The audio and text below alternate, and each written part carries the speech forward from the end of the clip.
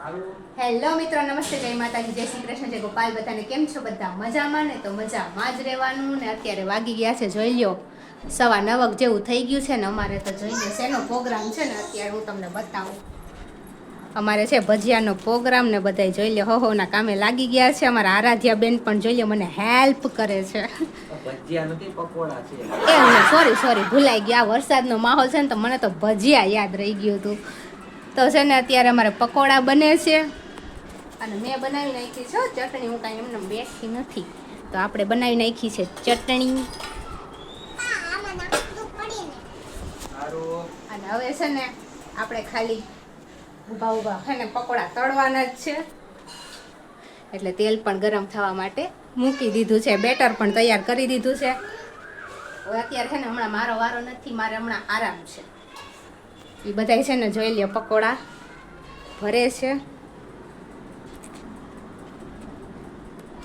તો કોને કોને પકોડા ભાવે છે અને કોને કોને ખાવાનું મન થઈ ગયું છે ને એ મને કમેન્ટમાં કહી દેજો ને. આવી જાવ બધા બ્રેડ પકોડા ખાવા માટે ગરમા ગરમ હો. તો મિત્રો જોઈ લે, આપણા છે ને બ્રેડ પકોડા ભરાઈ ગયા છે.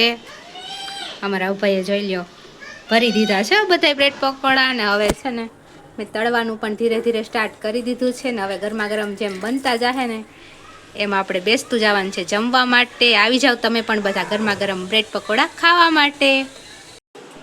તો મિત્રો આપણા ગરમા ગરમ પકોડા બની ગયા છે. અભય ને પપ્પા ને જોઈ લો જમવા માટે બેસી ગયા છે. અને આરાધ્યાબેન માટે તો અમે સ્પેશિયલ બનાવ્યું છે. આરાધ્યાબેન છે ને પકોડા ન ખાઈ શકે ને એટલા માટે હું બનાવ્યું ને. હાલો હું તમને બતાવું.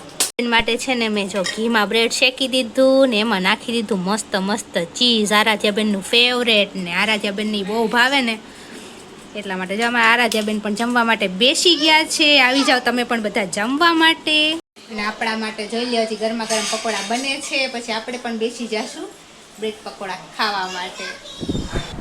અને હા, તમને મારા વિડીયો જોવા ગમતા હોય તો ચેનલને લાઈક કરી દેજો, શેર કરી દેજો અને સબસ્ક્રાઈબ જરૂરથી કરી દેજો. અને આવી જ રીતના સપોર્ટ કરતા રહેજો. Bye bye.